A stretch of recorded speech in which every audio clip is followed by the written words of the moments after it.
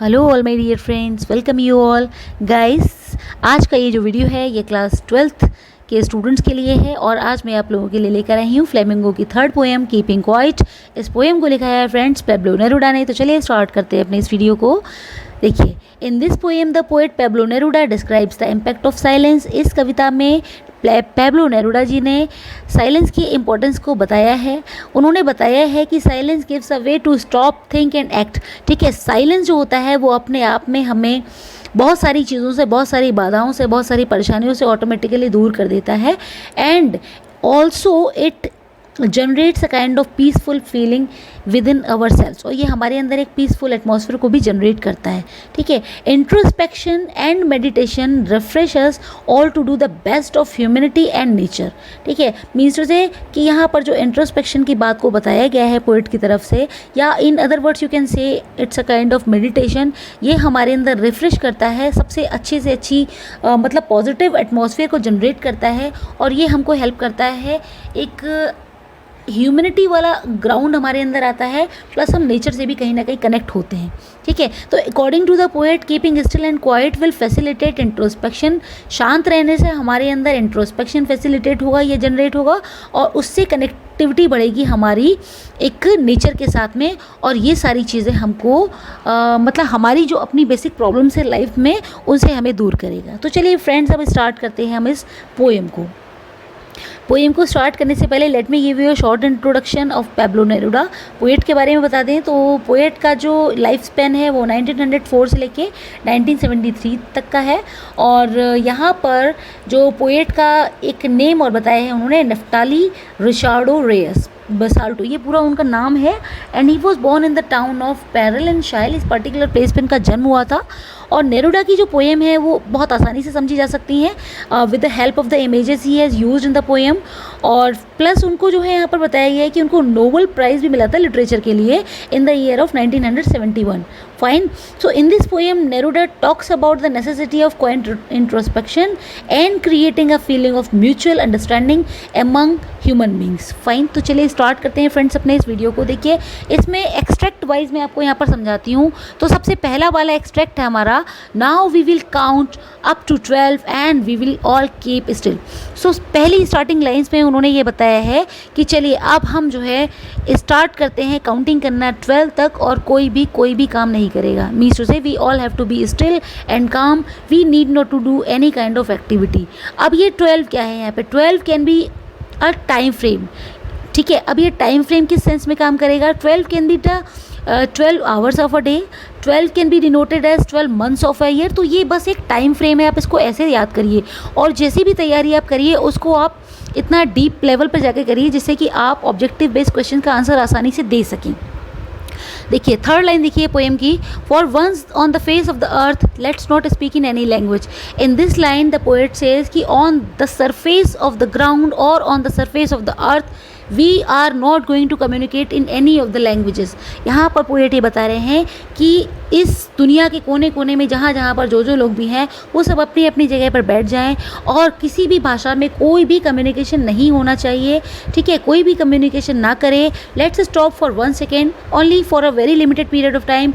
He request we all, हम सबसे request करते हैं कि कुछ भी नहीं बोलना है, और हमें अपने हाथ पैरों का भी मूवमेंट करने की ज़रूरत नहीं होगी। ठीक है, चलिए अब हम अपने थर्ड वाले एक्सट्रैक्ट की तरफ प्रोसीड कर रहे हैं। देखिए guys, it would be an exotic movement. तो एक बार जब हम सब के सब शांत हो जाएंगे, we will not be engage in our daily work, हम कोई भी एक्टिविटीज़ में इन्वॉल्व नहीं होंगे, तो definitely it would be a kind of very amazing movement. बहुत ही बेहतरीन, बहुत ही खूबसूरत सा एक पल होगा, विदाउट रश, विदाउट इंजन, जहाँ पर किसी भी तरीके का ट्रैफिक नहीं होगा, कोई क्राउड नहीं होगी, कोई रश नहीं होगा, सड़कें भी एकदम क्लीन होगी, और सब अपनी अपनी जगह पर पीसफुल जोन में मेडिटेशन में बैठे होंगे। ठीक है, we would all be together, हम सबके सब एक साथ होंगे, चाहे कोई कहीं पर भी है, but we would all be together in a sudden strangeness, एक सडन और एक स्ट्रेंज एटमॉस्फेयर में हम सबके सब एक ही जैसे फॉर्म में होंगे।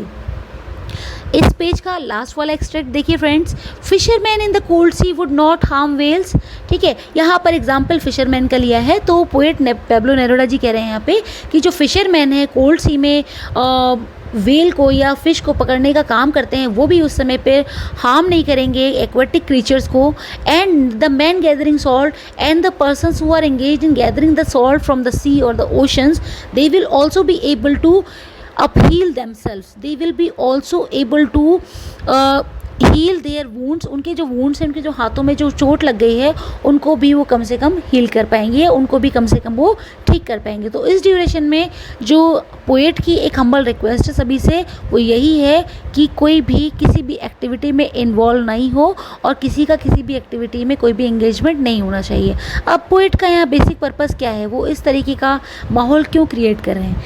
इसका बेसिक पर्पस ये है, he wants to introduce the feeling of brotherhood.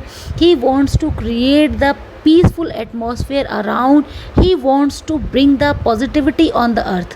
This is the main reason behind all this. So I hope guys आपको ये वाला पेज जो है वो समझ में आ गया होगा. That those who prepare green wars, wars with gas, wars with fire. So here the poet says कि the people who are being engaged in waging wars, be it against the environment or against other human beings, by using poisonous gas or fire, must at least for once stop their destructive task. कहते हैं कि वो लोग चाहे nature के against हो, चाहे human beings के अगेंस्ट हो, किसी भी तरीके का वॉर क्रिएट करने में लगे हों, तो वो भी कुछ समय के लिए अपनी डिस्ट्रक्टिव एक्टिविटीज़ को बंद कर दें और इंस्टेड उनको क्या काम करना चाहिए, would put on clean clothes and walk about with their brothers. नए की जगह पे आप कह सकते हैं कि क्लीन क्लॉथ, साफ़ सुथरे कपड़े पहन के अपने भाइयों के साथ में, हर एक ह्यूमन बींग को यहाँ पर प्रमोट किया गया है, ठीक है. और आपस में म्यूचुअल अंडरस्टैंडिंग को बिल्ड करते हुए, ब्रदरहुड की फीलिंग को क्रिएट करते हुए एक साथ शांतिपूर्ण एटमॉस्फेयर में जाके बैठना है और मेडिटेशन को करना है. In the shade doing nothing. Okay, what I want should not be confused. इस लाइन में पोएट ये बताने की कोशिश कर रहे हैं कि while he is propagating silence, his advice should not be confused with total inactivity, that is death. जहाँ वो साइलेंस को प्रमोट कर रहे हैं, जहाँ वो साइलेंस को आप कह सकते हैं प्रोपोगेट कर रहे हैं, तो इसका मीनिंग ये नहीं समझना चाहिए कि आपको नींद आ रही है, आप लाइफलेस जोन में जा रहे हैं. बिल्कुल नहीं. आपको जो है यहाँ पे डेथ के साथ में किसी तरीके का कोलिजन नहीं करना है, आपको इनएक्टिव जोन में नहीं जाना है, आपको लेजी नहीं बनना है.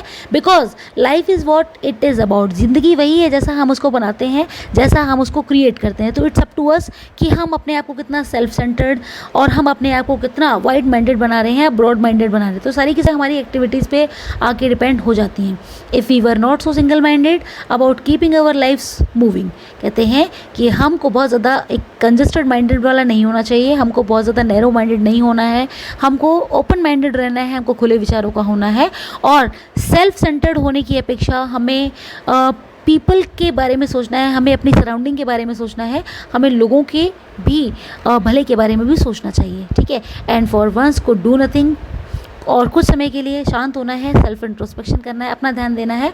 And perhaps a huge silence might interrupt this sadness. और शायद जब हम बहुत समय के लिए शांत हो जाएं या कुछ ड्यूरेशन के लिए जब हम पीसफुल जोन में चले जाएं, तो इतनी बड़ी शांति भी बहुत बड़े डिज़ास्टर को कहीं ना कहीं रोक सकती है, उसको आने से पहले ही बंद कर सकती है. ये चीज़ यहाँ पर पोएट बताने की कोशिश कर रहे हैं, ठीक है. Of never understanding ourselves and of threatening ourselves with death all times, ठीक है. यह हम कह सकते हैं throughout the time we have a kind of fear. हमारे अंदर एक डर होता है कि हमारे अंदर क्या कि हमको कभी भी कुछ भी हो सकता है, कोई भी हमें नुकसान पहुंचा सकता है. लेकिन जब हम मेडिटेटिव जोन में होते हैं तो कहीं ना कहीं हम इन सारी चीज़ों से दूर हो जाते हैं फ्रेंड्स.